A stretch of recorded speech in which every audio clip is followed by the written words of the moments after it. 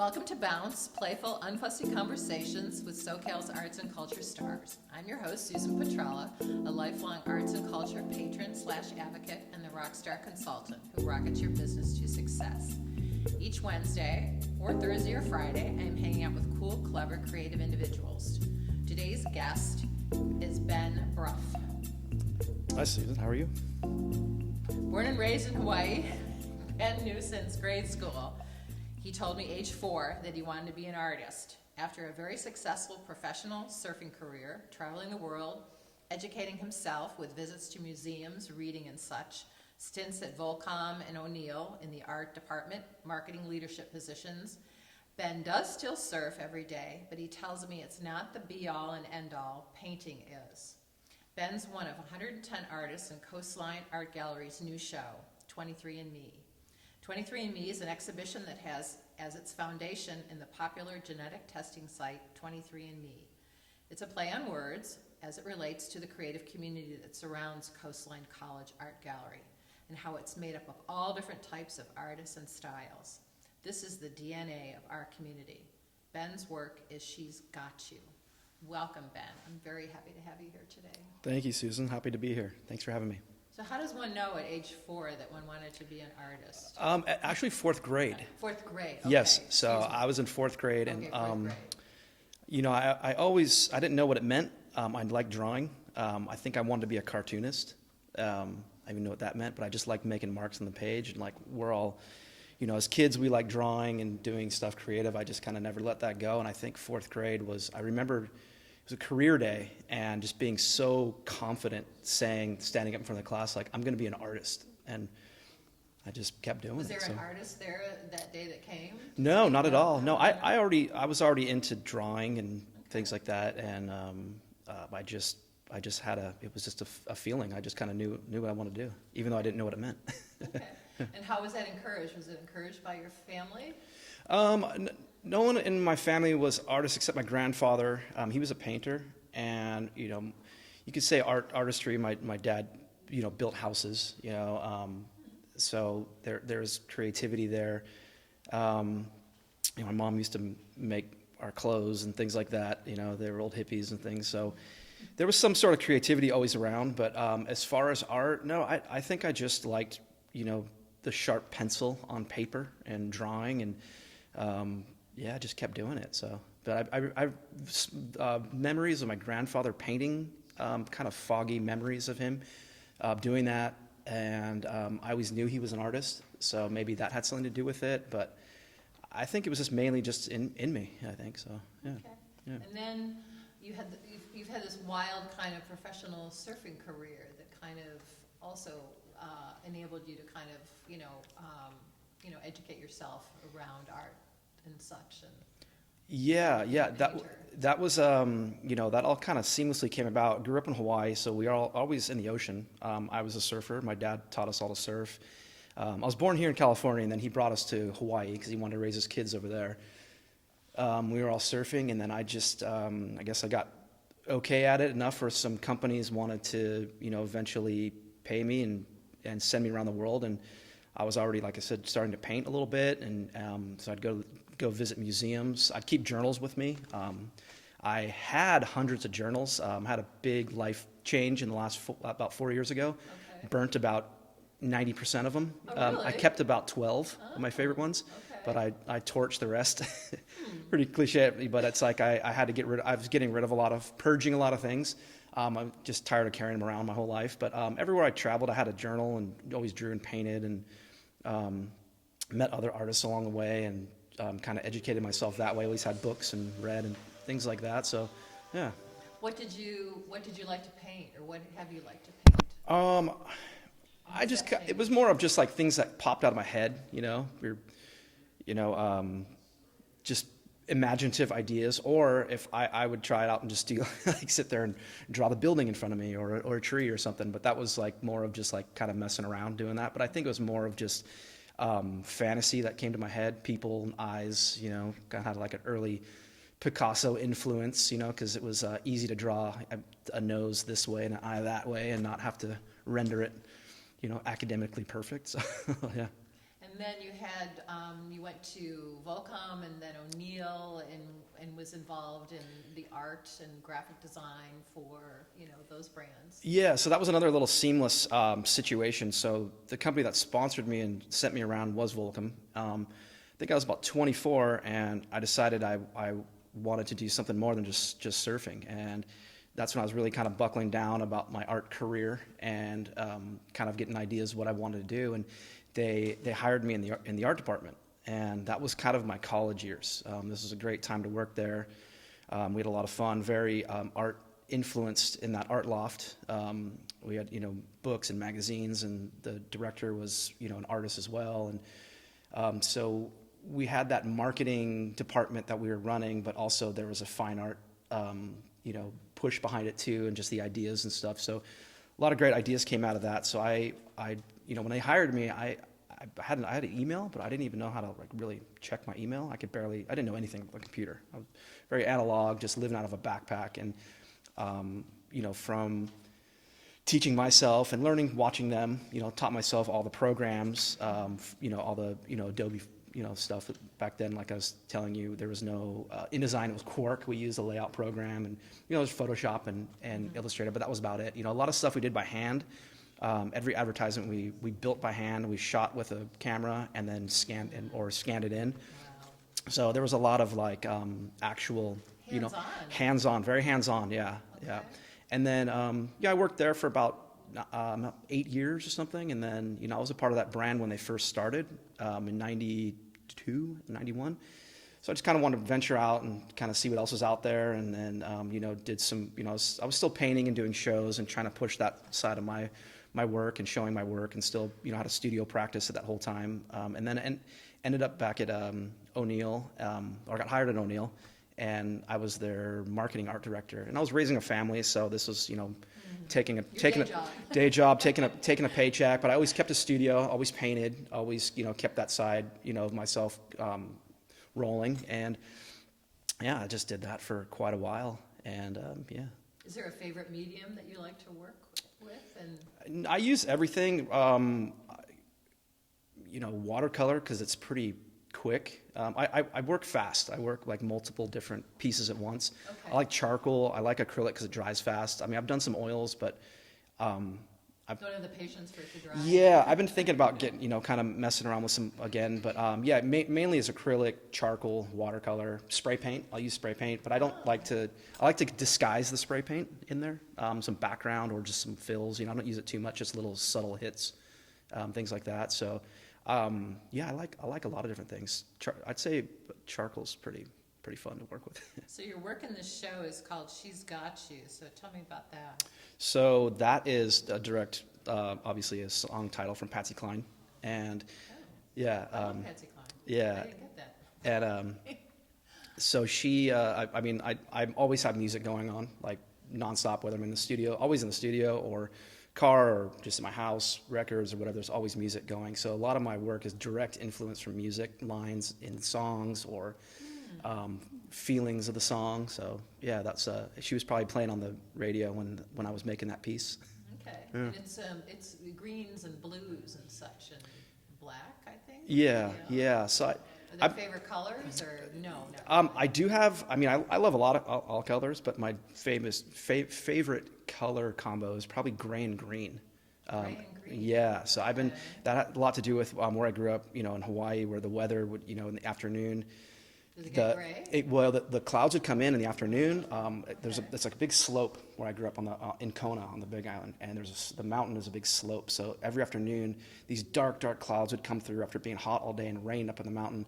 But then you'd have all this lighting of just this bright green foliage and everything up against the black, dark kind of storm clouds, and I just was always in awe of that. And that's always been my kind of goal, is to capture that, but then I end up doing a blue painting or a red painting. So that one I've been trying to get a little more monochromatic, just kind of using two colors, because my earlier works are just whatever is closest to me. I'll just grab yellow, or I'll grab red, or I'll grab green. So I've been trying to thinking of, tone your colors down to one or two, or just as an exercise. Do So you're saying that you're just painting now, so there's no kind of like day job. So is that kind of, stressful or freeing? Well, I know how to be poor, so yeah, it is stressful, but I don't really stress too hard on it because things always work out. But yeah, it's my day job. It's more than a hobby. It's my day job. I still dabble a little bit of graphic design here and there, just if I get some jobs to pay the bills.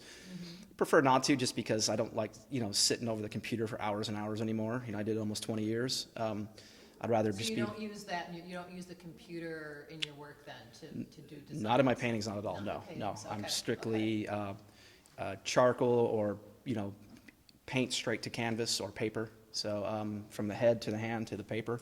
Okay. I'll look at the computer on my phone for inspiration and ideas, but never pull anything from that. But I still do on the side to pay the bills sometimes if I need to do some graphic design, or if someone needs a t-shirt graphic or a catalog built. I'll do it. And you said you also offer like prints of like a painting. Yeah, I just recently started making archival G-clays of some work. So I'll just do some limited edition runs.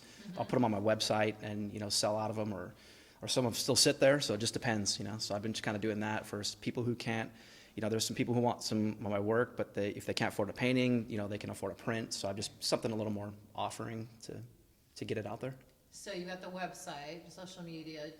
And you still have the gallery. You were talking about having a gallery in St. Louis. Yeah, I'm represented by a gallery out there, Bruno David. So I work with him. He's in St. Louis. I'm out here, but he really pushes my art for me and really does a lot for me out there. And I've had a few solo shows with him and numerous group shows, and so yeah. So. I don't know, when I think about like St. Louis, especially the surfing and the Hawaii, and it's like, okay, St. Louis. Yeah. Well, the first time I went. Where's the ocean in St. Louis? Yeah, no, this is the Mississippi River's right. Yeah. Yeah. So, I don't know. Maybe they're surfing there. Yeah, I've been out there maybe 6 times, a little bit more in the last maybe 6 years. I have some friends, another artist friends I hang out with, show with him, so I go out there and support them in the shows, or they come with me. But yeah, it was strange the first time I went out there. I had no idea. There's art hubs all over the U.S., but I didn't realize how interesting St. Louis is. I mean, some of my favorite artists worked there and painted there, and St. Louis Art Museum is one of my favorite museums in the world right now, and I've seen quite a bit of museums all over the world, and that one's one of my favorite to visit. So there's a great art scene there. Yeah, a lot more conservative than the West Coast, but really, really amazing. So what are you working on now? And is it different from what you worked on in the past, or is there work that you want to do that you haven't done yet? Does that make sense? Yeah. I'm always experimenting. Always, trial and error, of course. I kind of stick to obviously things that inspire me, and there's never anything where I'm like, oh, I want to tackle that or try that. I just it's more of like patterns and color combos. But I have been lately branching out a little bit more, and I'm really figurative. I do a lot of kind of like the balance between figurative art and blurring kind of the abstract lines, or attempting to.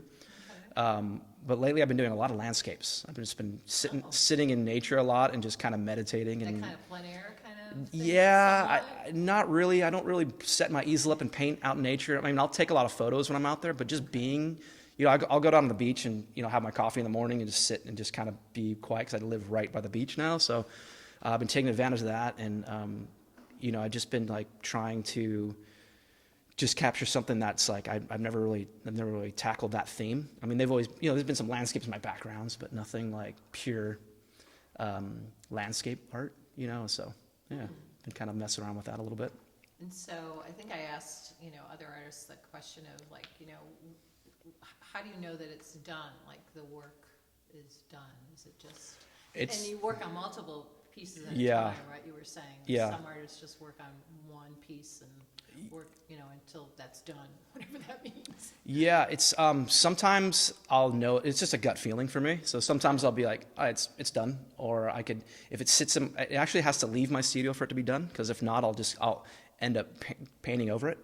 Sometimes I found myself doing that, like, I'm over that one, I'll just paint it, and I'll be like, I wish I would have kept that, So It just depends. It depends on the work. It's got to speak back to me if it needs a little more, or if I'm staring at it. If it's sometimes I'll be like, oh, it's finished, and like this piece here in this show, I worked on it multiple times. I actually covered it a few times, and then it just came out to this one piece, and I'm like, all right, it's done. So it just so you covered up what you had done? Yeah, I do that. I do that quite a bit. Wow, okay. It's rare that I'll just one shot lay it down and be done. I like to kind of like multiple layers on behind it, and so it just depends on the piece. It'll tell me if it's done or not. So. Okay. So do you work all hours, or do you set like, okay, now that's, I'm gonna, go in at 9, and then, I'm done at 5, or do you just paint when you want to paint? Depends on what's going on. If the waves are good, I'll probably be at the beach like most of the time. Or if my kid has something, there's multiple things. If my kids have things going on, or all hours. I don't have like a specific time. I'm lucky. I have my studio at my house, so I'm just all the time doing something. In the morning, then Yeah. And like last night, we they shut our power off in our area. So I was drawing at the time, and I forgot that they were shutting the power off, but I just kept doing it. And the moon's it's not full right now, but it's been pretty bright. So I was like, little moon coming in, and I just kept going. So it just depends, like I can, in the morning when I wake up, or during the day. I don't really have a preference. Just when it, when it just happens, it happens. So I like painting night and day. So you ever try anything else, like, do some jewelry of your work? Or whatever? Yeah. I mean, I grew up, listening to punk rock music. Everything's DIY. Make my clothes, T-shirts. Maybe you'll do I'll paint on stuff. Some T-shirts or whatever. Yeah. The prints, maybe? Yeah. I have before. Made jewelry. I mean, more like, I've made belts. Things like that. Worked with leather. Just like fun little DIY stuff, but not just personal or gifts for people. I've messed around with sculpture a little bit with cement. My dad's done concrete for 40 years, so I kind of messed around with some concrete sculptures. I did 2 that I made these hands, these 2 like concrete hands, and as I pulled out the mold, every finger fell off except the middle fingers. So I had these 2 giant like flipping the bird sculptures, and I destroyed them in that big, 4 years ago, big purge. Yeah. I saw a photo of them the other day, and I was like, I should have kept those, but I just was purging everything. And I'll try again. I have some, I do some wood sculptures. I'll mess around with like the jigsaw and cut out some, wood things. But I love just sitting and working on a piece of paper or canvas or things like that. So drawing like pen or ink or whatever charcoal to paper is like my always go to. Okay. And any budding artists in the family? Not really. I mean, my brother does woodworking as far as like, so I guess you could say that, artistry. He does high-end cabinets for people. My kids are great artists, but obviously they rebel and do the opposite of what their dad does. They like it though. Electrical engineers, right? Yeah. I've taken them to enough. They can't get them to any shows anymore or anything. I mean, they like my work and they come hang out in the studio, but they're creative. So yeah, but I'm the only painter right now in the family. The only painter. Yeah. Oh, how wonderful. Okay. Yeah. Well, thank you. Thanks. Thank you. It's lovely to have had you. Yeah. Ben, you've made Bounce Bounce. Special thank you to our generous sponsor, Coastline College, its Fine Arts Department and Art Gallery, David Michael Lee.